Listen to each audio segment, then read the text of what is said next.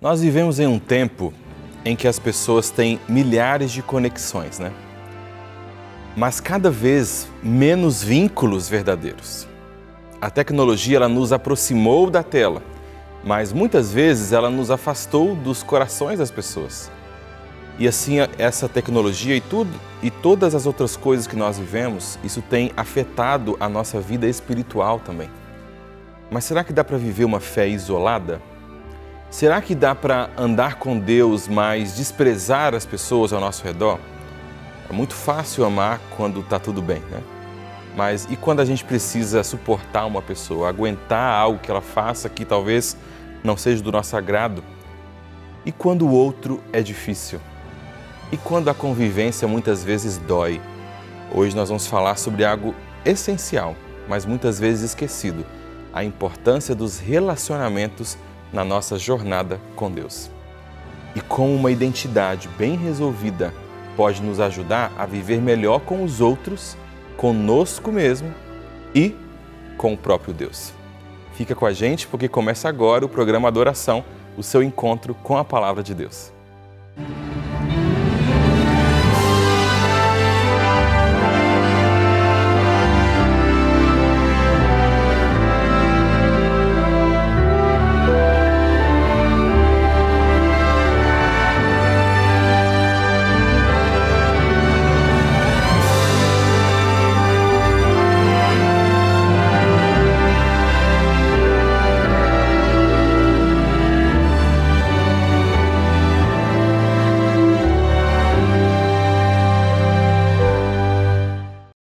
Você já percebeu que no programa de hoje nós vamos falar sobre relacionamentos.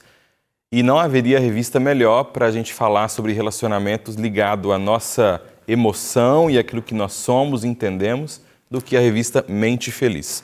Aqui tem um capítulo, o capítulo 4, que vai falar sobre relacionamentos. E como estar bem consigo é também estar bem com o próximo e, consequentemente, estar bem com Deus. Eu quero convidar você para receber na sua casa, de forma gratuita, sem custo algum para você, a revista Esperança Mente Feliz. Você pode pedir ela pelo número 12 98244 4449.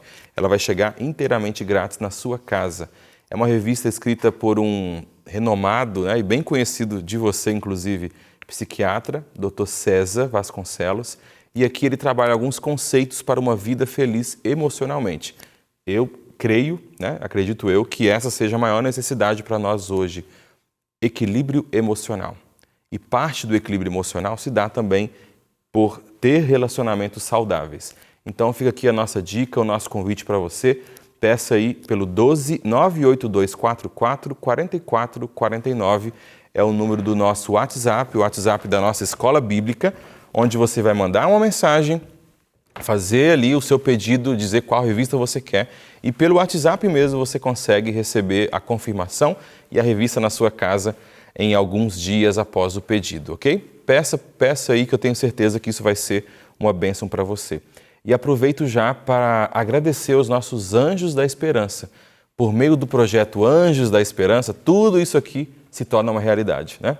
Essa tela que está atrás, o púlpito, a possibilidade da transmissão para você é feita por conta de doadores que resolvem, né, e decidem apoiar a causa da Novo Tempo por meio dos seus recursos, né, das suas doações.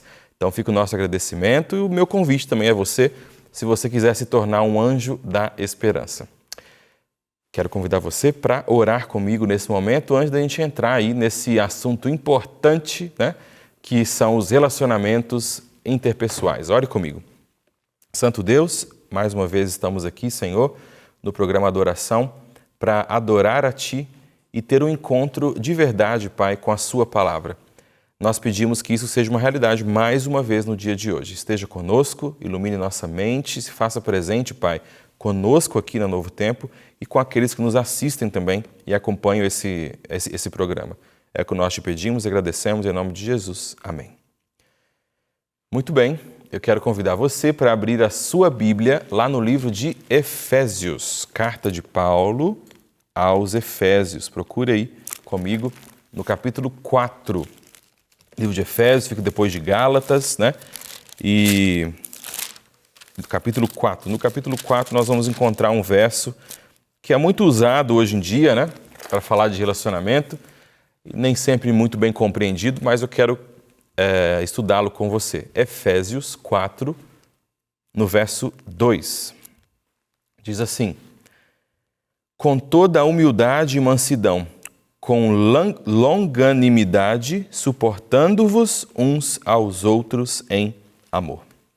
O contexto desse verso tem uma ligação direta com a unidade da igreja, unidade do povo de Deus, né? E aqui ele vai dar vários conselhos, né? Inclusive no verso 3, esforçando-vos diligentemente para preservar a unidade do Espírito no vínculo da paz. Paulo está falando aqui, ao escrever essa carta aos Efésios, que nós precisamos ter humildade e mansidão nos nossos relacionamentos. Humildade e mansidão. A gente vai falar já já sobre um outro verso que Paulo fala sobre essa parte da humildade, né? Mas humildade, reconhecer o seu valor, o seu papel, mas reconhecer também o outro, né? E lá em Filipenses, a gente vai ler já já, ele fala que nós devemos considerar o outro maior do que nós mesmos. Humildade, mansidão, para que possamos suportar uns aos outros. Veja bem, tem algumas coisas que eu quero conversar com você nesse dia, que tem a ver com esse assunto de relacionamento e como estar bem com o próximo, comigo e com Deus. Mas veja, a primeira coisa que eu quero dizer é que nós precisamos fortalecer a nossa identidade. Para se relacionar bem com os outros, você precisa estar bem resolvido com você mesmo. E dentro desse contexto de identidade, nós temos três identidades, três vertentes principais no que diz respeito à identidade. A primeira é a identidade pessoal. E na identidade pessoal nós temos algumas perguntas. Quem é você? Qual é o seu valor? Você está confortável com a sua história, a sua personalidade, seus limites, né? A sua vocação? Quando você se entende, você sofre menos com as comparações e com a necessidade também, que muitas vezes é constante, da validação externa. E isso liberta. Mas só liberta quando a gente está bem com a gente mesmo. É por isso que, além do relacionamento com Deus, da fé para que a gente se relacione e se encontre nele, às vezes é necessário também um acompanhamento profissional, com um psicólogo, com um psiquiatra. E aqui, em alguns programas da Novo Tempo, a gente fala sobre isso, né? A gente não está querendo tirar o papel de Deus. Deus, ele é o primeiro. Sem um bom relacionamento com Deus, uma consulta ao psicólogo não vai também produzir mudanças, né? E modificações na sua vida a longo prazo. Mas a importância, às vezes, de um profissional para que a gente possa estar bem com a gente mesmo. O outro aspecto de identidade, a gente falou da identidade pessoal, mas o outro aspecto é a nossa identidade espiritual. E aqui tem a ver com algumas coisinhas. Quem é o seu Deus? Você pode pensar assim, pastor, que pergunta, né? É o Deus de Israel, é o Deus verdadeiro. Ok, mas quem é esse Deus para você? Qual que é a sua visão de mundo? Qual que é a lente pela qual você enxerga o mundo? Nós, cristãos, deveríamos enxergar o mundo pela cosmovisão bíblico-cristã, que é a forma bíblica de se enxergar o mundo. Ou seja, quando eu olho para a política, quando eu olho para os relacionamentos, quando eu olho para mim mesmo, eu enxergo tudo o que está acontecendo com olhos espirituais. Eu não quero espiritualizar tudo, não. Mas eu entendo o valor e o papel de cada uma das coisas. Eu entendo que somente Deus vai resolver o problema desse mundo, né? Qual que é a sua visão de mundo? Você sabe para onde você está indo? Quando a gente não tem um referencial eterno, a gente vive perdido no agora. E é por isso que a fé ela é uma âncora, ela é como uma âncora para estabilidade emocional. E eu quero ler aqui com você um verso que está lá em João 1,12, onde diz assim: contudo, aos que o receberam, aos que creram em seu nome, deu-lhes o direito de se tornarem filhos de Deus. Essa é a nossa identidade em Cristo Jesus. Essa é a nossa identidade. Quando nós cremos em Jesus, cremos no seu nome, nós temos a oportunidade de ser chamados, e o que João está dizendo é o direito de nos tornarmos filhos de Deus. Lá em 2 Coríntios 5, no verso 17, é dito também que se alguém está em Cristo, essa pessoa é o quê? Você lembra desse verso? Se alguém está em Cristo, nova criatura é. As coisas velhas já se passaram. E eis que tudo novo se fez. Eis que eu faço nova todas as coisas. Veja, é importante que a minha identidade pessoal esteja bem resolvida. Quem eu sou, qual é a minha vocação, quais são os meus limites, até onde eu posso ir. Eu preciso estar bem com quem eu sou. Eu preciso estar bem na minha identidade com Deus. Qual que é a minha identidade com Cristo? Eu sou filho de Deus, eu sou criado por Deus, eu sou um convertido, eu sou um cristão, eu sei o propósito, o plano de Deus para a minha vida e talvez se você ainda não sabe, eu te convido a orar por isso. Porque não há nenhum lugar melhor para a gente estar do que no centro da vontade de Deus. E se você ainda não sabe o propósito de Deus para a sua vida, eu digo em nome de Jesus, coloque isso em propósito de oração. Mande isso aqui para Novo Tempo também, no programa Lugar de Paz, né? Para que a gente possa orar por você também, porque, veja, eu preciso entender qual é o meu lugar neste mundo. Inclusive, a gente tem uma revista aqui que fala sobre isso, né? A revista Eu no Universo, a minha identidade com Deus. Essa é uma revista incrível que fala um pouquinho sobre como encontrar a minha identidade, o meu valor em Deus. Te convido a pedir ela também aqui, para que você possa ter um auxílio nosso aí nesse seu processo de descoberta. Porém, um terceiro aspecto, além da minha identidade pessoal, estar bem comigo mesmo, além da minha identidade em Deus e com Deus, eu tenho a minha identidade com o mundo. Isso tem a ver com o quê? Qual que é o meu lugar nesse mundo? Qual que é a sua missão? Você não está aqui por acaso. Você é chamado para ser luz, para ser sal, para ser um instrumento nas mãos de Deus. E quem sabe para que está aqui, a razão de estar aqui, não se distrai, não perde tempo com bobagens. Mas veja, falamos aqui do relacionamento pessoal, né? E o quanto a nossa identidade nesses três aspectos, o quanto a nossa identidade era importante. Mas também nós temos um outro aspecto que além da nossa identidade para o mundo, né? Quem sou eu, o meu propósito de vida, para onde eu estou indo, né? Tem também os meus relacionamentos com os outros. E eu acho que você também lembra de uma história lá na Bíblia, onde Caim, ele matou Abel, né? E aí você vê que Deus, ele faz uma pergunta ali. Não, pergunta onde está o seu irmão, né? E a resposta qual foi? Eu? Por acaso eu sou tutor do meu irmão, né? E essa frase, esse clamor de Caim ainda ecoa até hoje, mas a resposta de Deus naquele momento, pelo contexto a gente entende isso, é clara. Sim, você é guardador sim do seu irmão. Você é responsável sim pelo seu irmão. Eu quero ler com você um verso que está aqui em Filipenses. Quero que você abra comigo a sua Bíblia. Alguns versos a gente cita, né? Mas outros é bem importante que a gente procure aqui na nossa Bíblia. Está lá no livro de Filipenses. O que nós vamos ler aqui de Filipenses é o capítulo 2. Abre comigo aí. Filipenses, capítulo 2.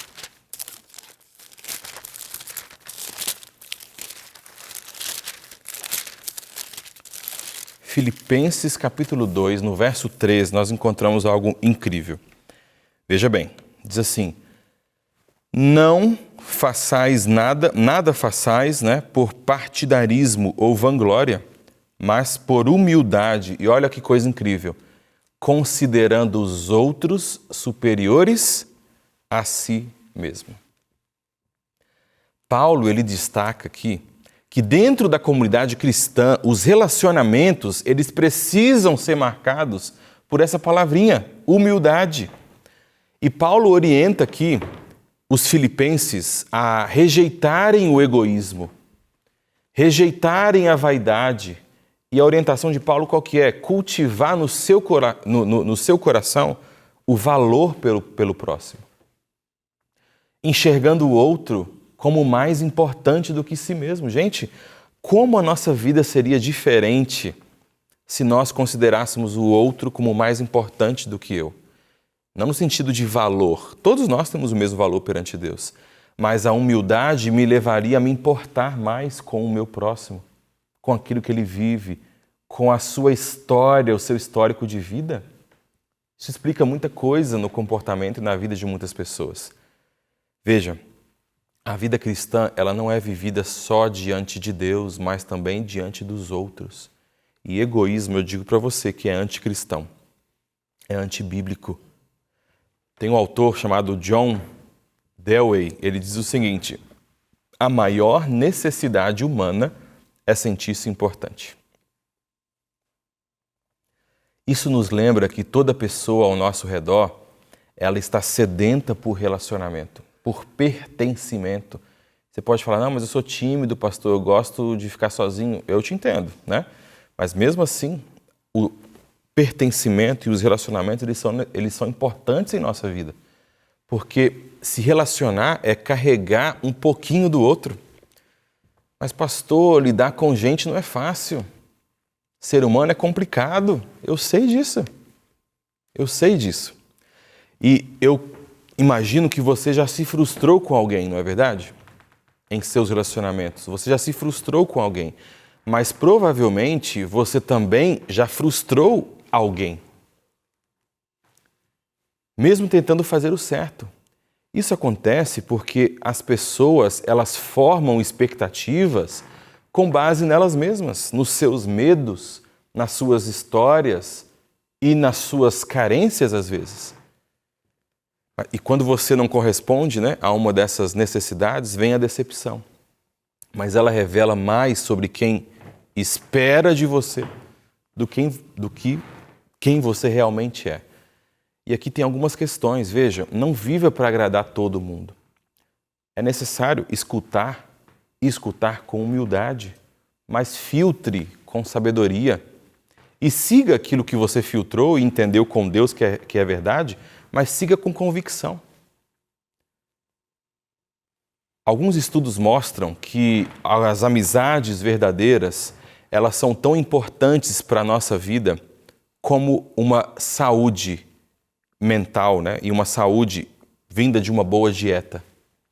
Olha o valor e a importância que uma amizade tem. E veja, não é bom que o cristão vive isolado. Em vários momentos da Bíblia nós vemos que o cristianismo ele é manifesto em comunidade. É importante isso. E veja, os relacionamentos virtuais, né, são fáceis de entrar e fáceis de sair, até porque o nível de compromisso, né, de comprometimento que se é exigido não é grande. Relacionamentos virtuais, eles não são profundos, mas de qualquer forma, amizades verdadeiras, conexões reais, elas fazem bem para a nossa saúde. Por que adianta escalar uma montanha tão alta e chegar lá sozinho, né? Quem é que vai te abraçar no topo? Com quem você vai comemorar? A felicidade só tem sabor mesmo quando ela é compartilhada. E veja, há alguns psicólogos que dizem que uma pessoa não consegue cultivar mais que 5 amizades, sabia? 5 amizades verdadeiras, né? Porque amizade em si dá trabalho, né? Ser colega e ser amigo são coisas bem diferentes, né? Então a psicologia fala isso, que a gente não conseguiria administrar mais que 5 amigos verdadeiros, porque amizade dá trabalho.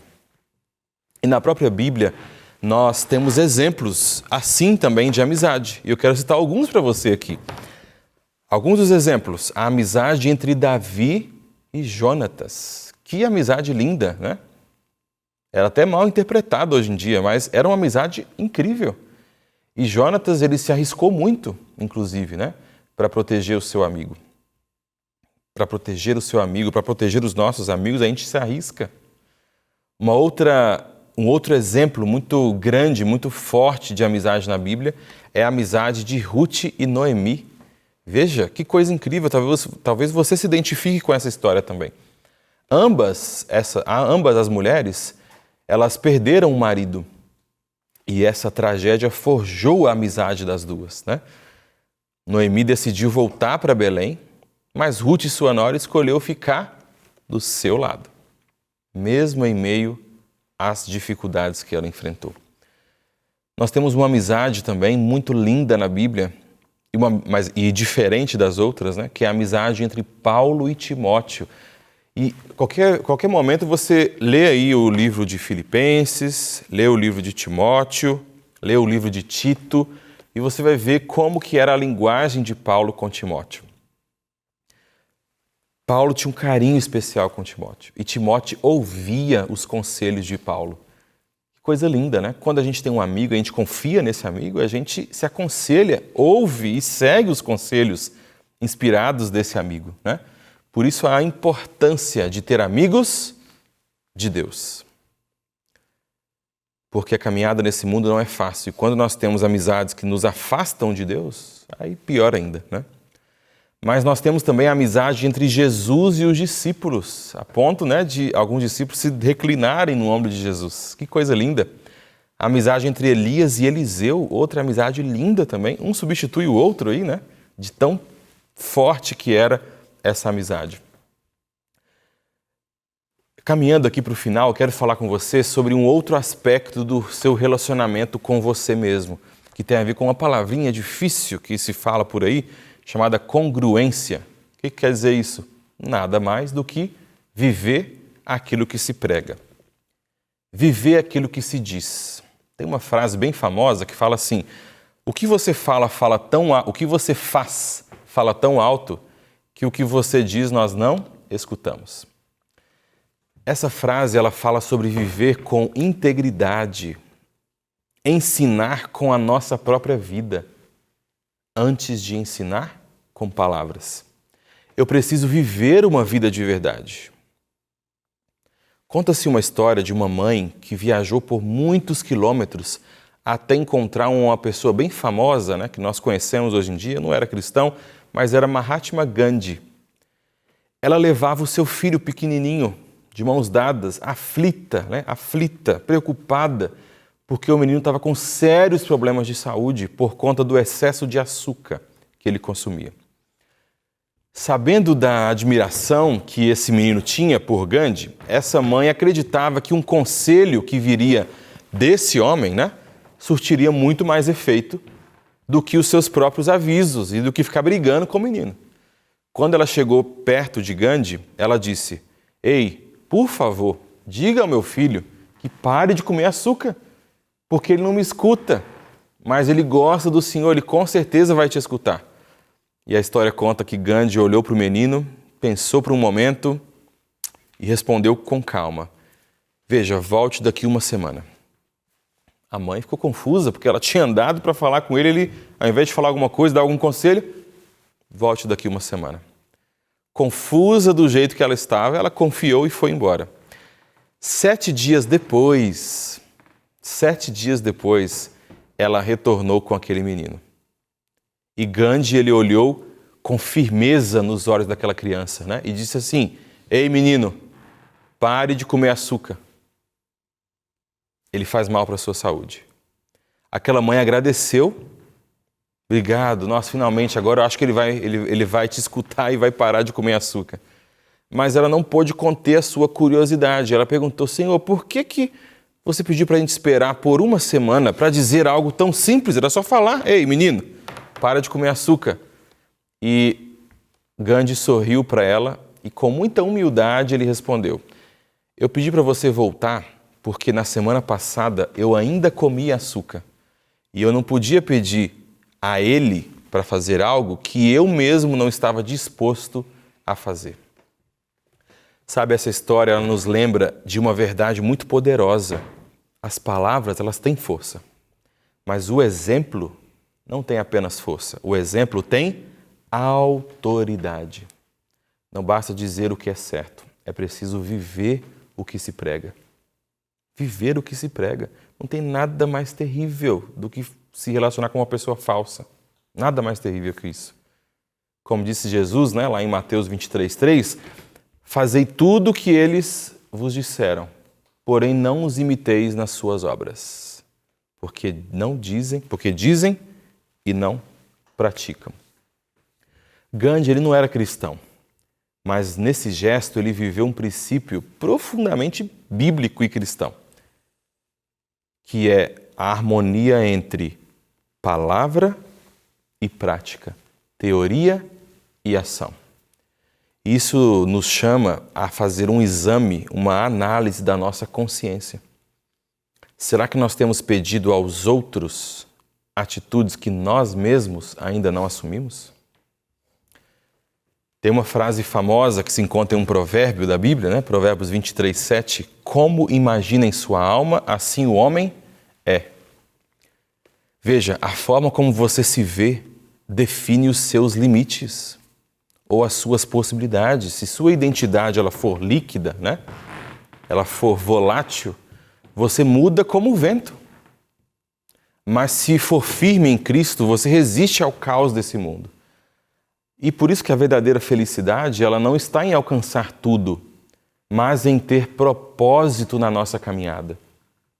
E Jesus é a alegria do nosso caminho. Ele é quem nos motiva, nos acompanha. É Ele que faz valer cada passo, meus amigos, da nossa caminhada, mesmo que a chegada ainda esteja longe. Por fim, relacionamento com Deus, pertencer a Deus é o começo de tudo. Tem um autor chamado Dostoiévski, né, que ele fala que há um buraco na vida do tamanho de Deus. E esse buraco não é preenchido por sucesso, por bens ou por relacionamentos humanos. Ele é preenchido apenas por Deus. É por isso que, mesmo com tudo, muita gente se sente perdida. Porque você, meu amigo, você pertence a Ele, você pertence a Deus. E quando você reconhecer isso, tudo vai começar a fazer sentido. Tudo vai começar a fazer sentido. O Senhor Jesus, Ele quer dizer para você, ei, pare de correr, vem até mim. Deus está atrás de você, meus amigos, não para cobrar, mas para te acolher. E esse processo de entrega, ele é lento, doloroso, mas ele é transformador. E como se ele mesmo dissesse, né? Você não está perdido, você está voltando para mim. Meus amigos, Paulo tem uma frase famosa também que está em Coríntios, onde ele diz assim: pela graça de Deus, eu sou o que sou.